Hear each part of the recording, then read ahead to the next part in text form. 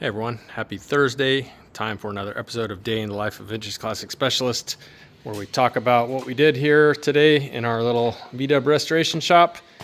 So let's start with this guy here, this beautiful 69 bay window bus.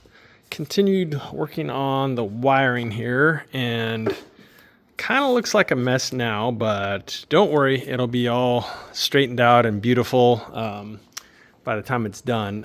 Part of the reason it's looking a little messy right now is I don't have the flasher relay or the headlight relay, which those things go here. So got some wires that are just kind of hanging out here. And so until I see where those go and their lengths and so on, just kind of leaving everything as is for now. And then once I go and mount those two units, which I should be getting in the morning, then can start kind of tidying things up and stuff like that. But yeah, the bulk of the wiring under here is actually done. I still need to connect the turn signal stock, which, you know, there's no column here, but I can still connect the stock and wire it up. And then likewise with the ignition switch.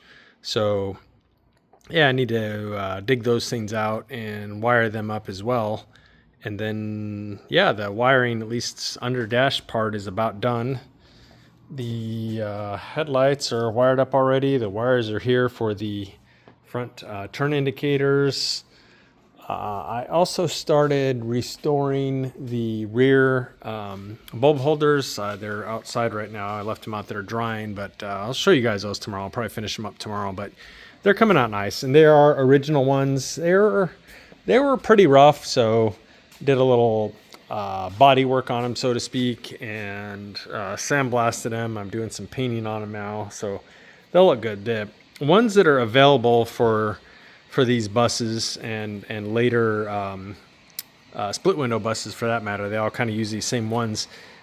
The ones that are available are fairly terrible. I'm just not really happy with them, so it's almost always better anyway to use original parts.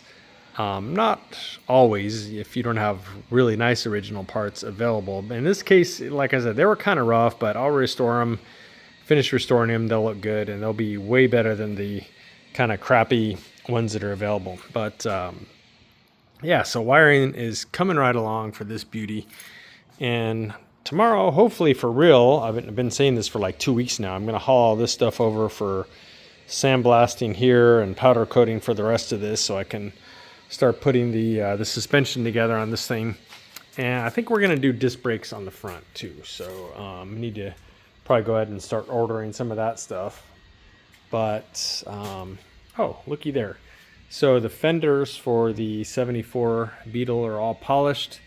And I don't know if you guys can hear the sound of a polishing machine right now, but the deck lid is being polished even as we speak by our guy that helps us out with that. So not Rene, but we got another guy who does some moonlighting, helps us out because he's really good at polishing, color sanding, buffing, polishing. So that is happening right now. Other than that, this one it's pretty much done. I took it for a test drive. Pretty happy with it.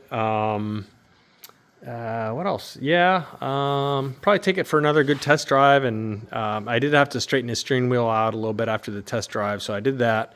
So now, yeah, I just want to put a few more miles on it, and then they can come and get it, take it, and start enjoying it.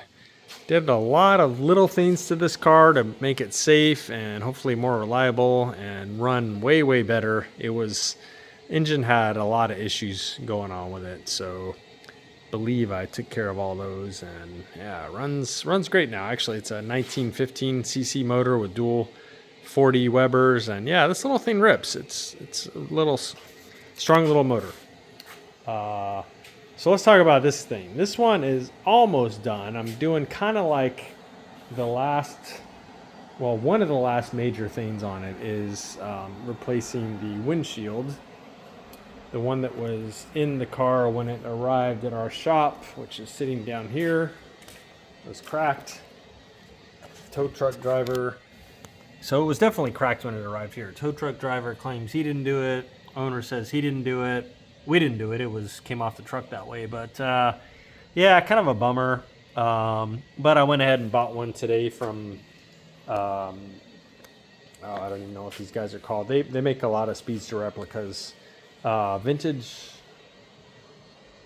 I don't know, whatever they're called. Anyway, yeah, so bought the new one from them and the new seal. And yeah, working on putting it in. Unfortunately, this car, nothing fits that great on this car. And I've test fitted, I don't know. Anyway, with the bottom seal on it a few times, and it just doesn't fit that great in this aluminum trim channel here, which is how it was, how the existing windshield was on there. It just didn't really fit that great on there.